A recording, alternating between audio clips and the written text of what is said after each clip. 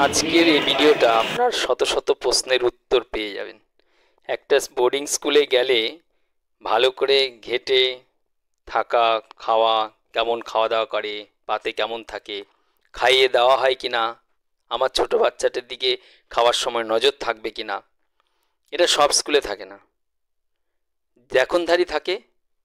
আর আজকে দেখছেন ধারাবাহিকভাবে সানশাইন বোর্ডিং স্কুলের ভিডিও দেখছেন।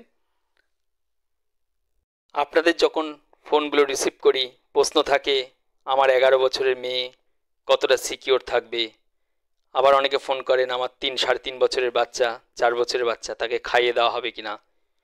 এসব প্রশ্নগুলোর উত্তর একদম প্র্যাকটিক্যাল দেখাচ্ছি। প্রতিদিনের ভিডিও আপলোড হয়। আপনার কাছে আন্তরিক অনুরোধ, সাবস্ক্রাইব করে রাখুন। আজ না দেখার সুযোগ, সময় নেই, কালকে ঠিক অটোমেটিক দেখতে পাবেন। সাবস্ক্রাইবটি করে রাখুন আর লাইক করে ইন্সপায়ার করবেন। এভাবে প্রতিদিনের এই যে রান্নাঘরে কেমনভাবে তরকারি কাটা থেকে শুরু করে রান্না কেমন হয়, তেল ঝাল স্পাইসি খাবার হয় কি না, হালকা বাচ্চাদের জন্য খাবার হয় কি না, চলুন একটু রান্নাঘরের দিকে নিয়ে যাই। সবটাই দেখাই, কতটা পরিষ্কার রান্নাবান্না হয় সেগুলো থাকেই। এবং ওর সঙ্গে আমার এই যে রান্না করে, ওর সঙ্গে আমার অনেক ভিডিও 10-11 বছর আগে অনেকগুলি আপলোড হয়েছিল। আপনারা যারা দেখেননি, আপনি আগে সাবস্ক্রাইব করে নিন, দেখবেন অটোমেটিক সেই ভিডিও আপনার কাছে পৌঁছে গেছে। বড় ছেলে আছে আপনার, তাকে নিয়ে দুশ্চিন্তায়, কিংবা আপনার কন্যা সন্তানটি এখানে এই কোয়েড স্কুলে আসলে অসুবিধা হতে পারে, আমি আপনাকে 100% অ্যাসুরেন্স দেব, নিশ্চিন্ত মনে থাকুন। আপনার কন্যা সন্তানটির সিকিওর শুধু নয়, পড়াশোনার দিক থেকে, খাওয়া দাওয়া থেকে, আদর যত্ন থেকে সবটাই 100% পাবেন, এটা নিশ্চিত থাকুন।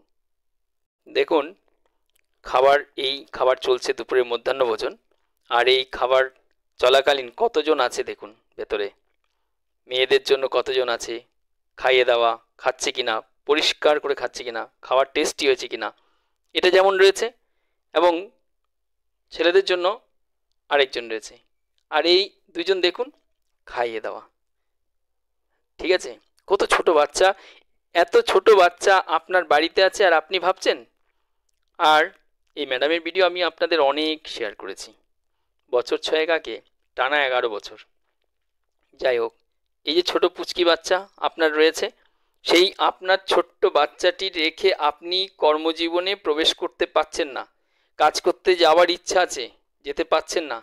আপনার কাছে আন্তরিক অনুরোধ, ওপরের দেওয়া Sunshine English medium boarding school অ্যাডমিশনের জন্য ফোন নাম্বার দেওয়া আছে, বাচ্চার ডিটেলস এই হোয়াটসঅ্যাপে পাঠান। আপনি কথোপকথনে আসুন, স্কুল ভিজিট করুন, স্কুলে এসে থাকুন।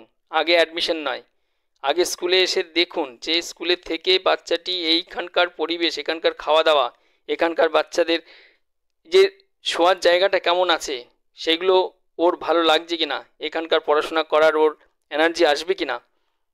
আপনি নিশ্চিত থাকুন, বাচ্চা আরও উৎসাহিত হবে, ভর্তি করাতে হবে না, স্কুল দেখে, স্কুলে থেকে ও আরও বেশি উৎসাহ উন্মাদনায় এবং অনেকটা এক্সপোজ হবে, অনেকটা ইন্সপায়ার হবে এই পরিবেশ দেখে। যে বাচ্চাটিকে ঠেলতে হচ্ছিল সকালে বাড়িতে, তাকে আর ঠেলতে হবে না।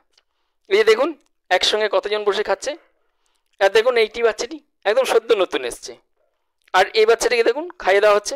আপনার বাড়িতে এরকম ছোট বাচ্চা আছে যাকে নিয়ে চিন্তা করছেন? দেখুন উল্টো দিকে আরেকজন, যার 15-16 দিন হয়ে গেছে আর যে একদম নতুন। এরকম একটা পরিবেশ আপনি আগে কখনোই দেখেননি, এরকম অভিজ্ঞতা আপনার আগে নেই। আন্তরিক অনুরোধ রইল, সাবস্ক্রাইব করবেন আর ইন্সপায়ার করার জন্য অবশ্যই লাইক করবেন। আর আপনার দরকার হলে ওপরে দেওয়া হোয়াটসঅ্যাপ নাম্বার, আসুন স্কুলে থাকুন, তারপর ভালো লাগলে অবশ্যই। এছাড়া খরচ খরচা জানতে হলে বাচ্চার এক্স্যাক্ট বয়সটা কত, কোন ক্লাসের জন্য চাইছেন, সেসবটা একটু হোয়াটসঅ্যাপে দিয়ে দিন। ওপরে দেওয়া হোয়াটসঅ্যাপ নাম্বারে আপনি কল করতে পারেন, হোয়াটসঅ্যাপ করে দিতে পারেন। একে আপনারা আপনার নাতি নাতনির জন্য ভাবছেন, সে মেয়েটি কন্যা সন্তানটা বড় হয়ে গেছে, পড়াশোনা করে না, অবাধ্য হয়ে গেছে। সবচেয়ে বড় আতঙ্কে থাকেন যে খরচ খরচা, বাড়িতে রেখে যে খরচ হয় তার উপস্য খরচ, অর্থাৎ তার আদর এবং আবদার, পড়াশোনা করবে বলে যে আবদার, সে আবদার মেটাতে গিয়ে বাজেটটা কিন্তু বেশ ভালোই হয়।